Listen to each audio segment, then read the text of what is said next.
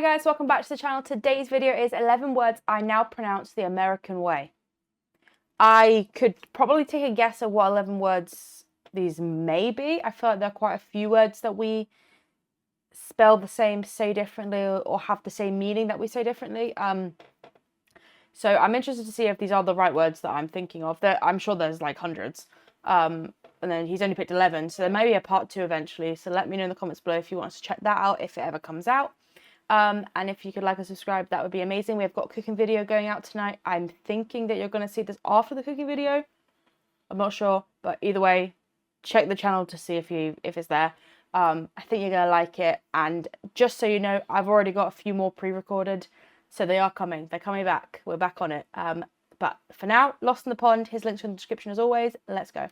About 9 years ago, I made a video called 11 Words That Americans Love Hearing Me Say. And when I made that video, it was not an uncommon experience for Americans to actually ask me to say certain words. That's because I used to live in Indiana, where British accents are a rare find. That's my dog Heidi barking in the background. But recently, I got thinking about that video and I realised, ooh, Lawrence, it's been quite a while since that happened. Why is that? Firstly, I've lived in Chicago for almost a decade, and with it being quite a cosmopolitan city, people with accents are a dime a dozen, so I don't really stand out for that. But also, I started thinking that maybe it's because I'm just not as British anymore. And so today's video, as a reaction to that video, is a look at 11 words that, thanks to you lot, I now pronounce the so-called American way. So if you like watching these kinds of videos and you haven't yet subscribed to this channel, do that now.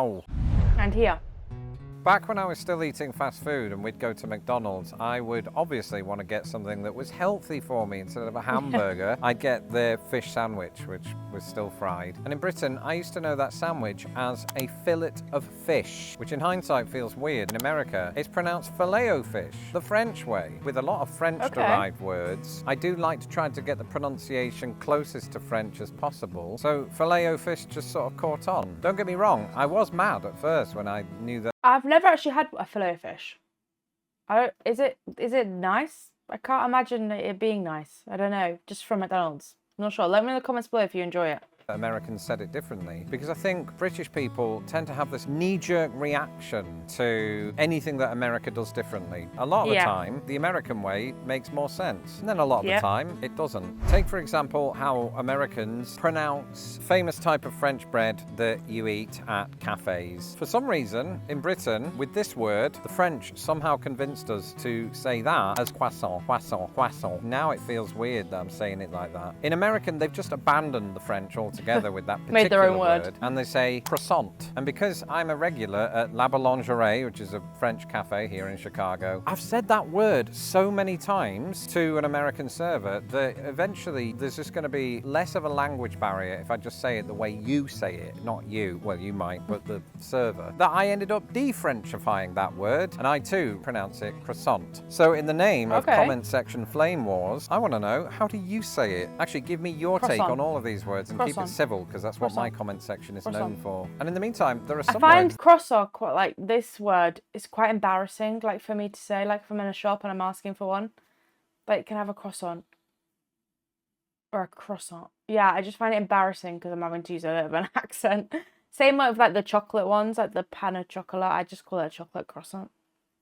I can't say it. I don't know why, it just, like, it makes me so embarrassed. That I was saying the American way long before I moved here. And don't take my word for it. Instead, here's Lawrence sitting over there for variation. Thanks. And give me back my coffee cup. There are certain military words that have different pronunciations, military being one of those, but we'll get to that in a bit. But one of the famous differences between British and American English is how we pronounce this really French word. In America, it's lieutenant. And you're probably thinking, oh, I bet the Brits say lieutenant, or something very French. No, we say lieutenant for reasons that I can't be bothered to look up. But I've never said it that way, and I imagine... I'm not going to get into this because, like he just said, he's never said it this way. I think that's very old English. We've talked about this one quite a lot on the channel before. I think this is very old English now. We definitely say lieutenant the same way as you, like us young people, I guess, maybe. But yeah, maybe from back in the day they used to say that, but nowadays I never heard of the last one. I'd never heard of lieutenant before. So yeah, I don't know.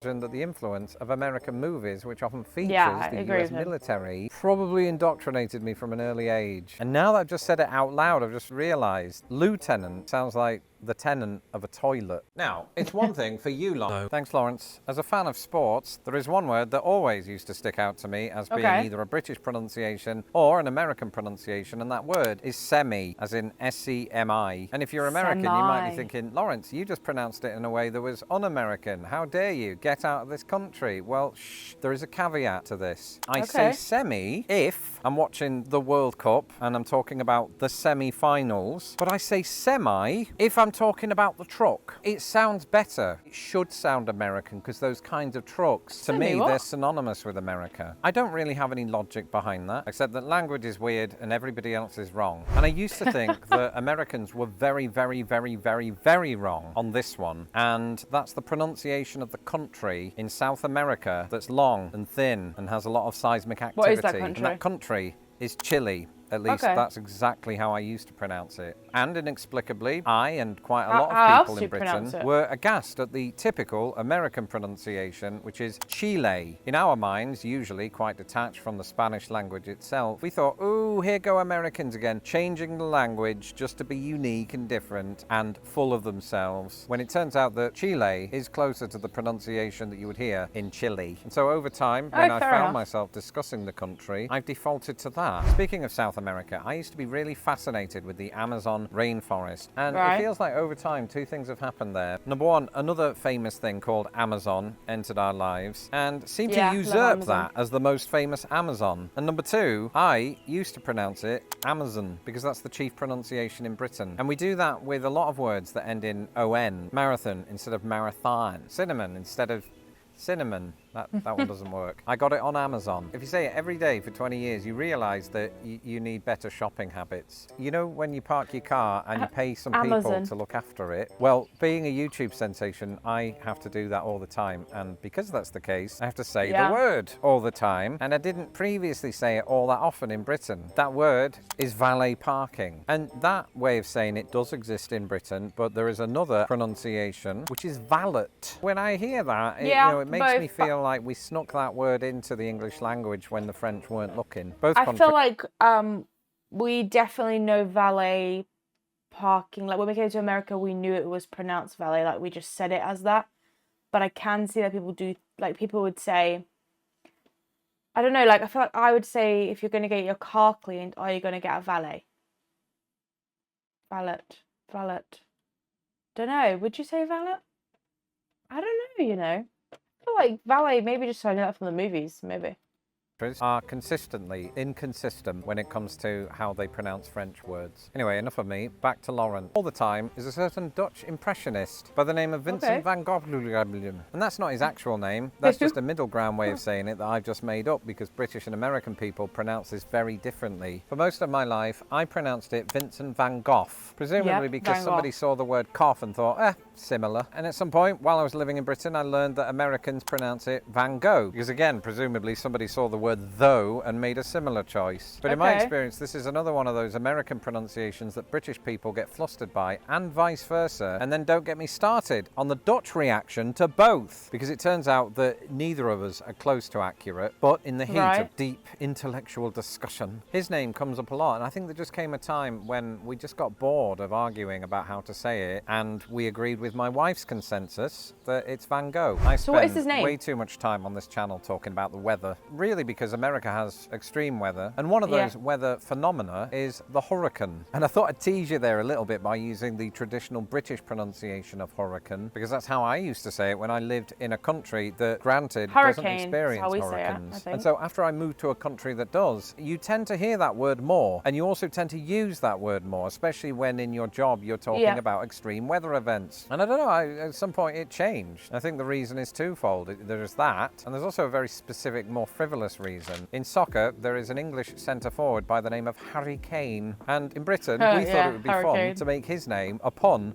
on hurricane. But it doesn't work if you pronounce that word hurricane. So I've changed that, and now it feels right. I tell you, language is stupid, which is why a lot of us should spend more time in that building that houses books that you can rent. What's that called, Lawrence? I think you know. Library. It's called a library. At least it is if you're sounding out every syllable within the word. I'm from the north of England. I'm proud of that fact. But there's no getting away from the idea that the word library was somehow 2 syllables. Library. And that's all right. But for reasons that I can't explain, words like library, or actually quite a lot of words that end in ARY, my move to America meant that I started paying real respect to each of those 3 letters. Instead of military, I say military. Instead of arbitrary, I say arbitrary. As in ChatGPT took an arbitrary copyright stance when it happily created an image of me being directed by Steven Spielberg, but couldn't legally produce an image of me showing the moon landing to an incredulous Abraham Lincoln on an iPad. Speaking of the word arbitrary, back to the other shooting location. Right on cue, Lawrence, or should I say, right on schedule, because I, like quite a lot of British people, have always pronounced that word schedule with a k.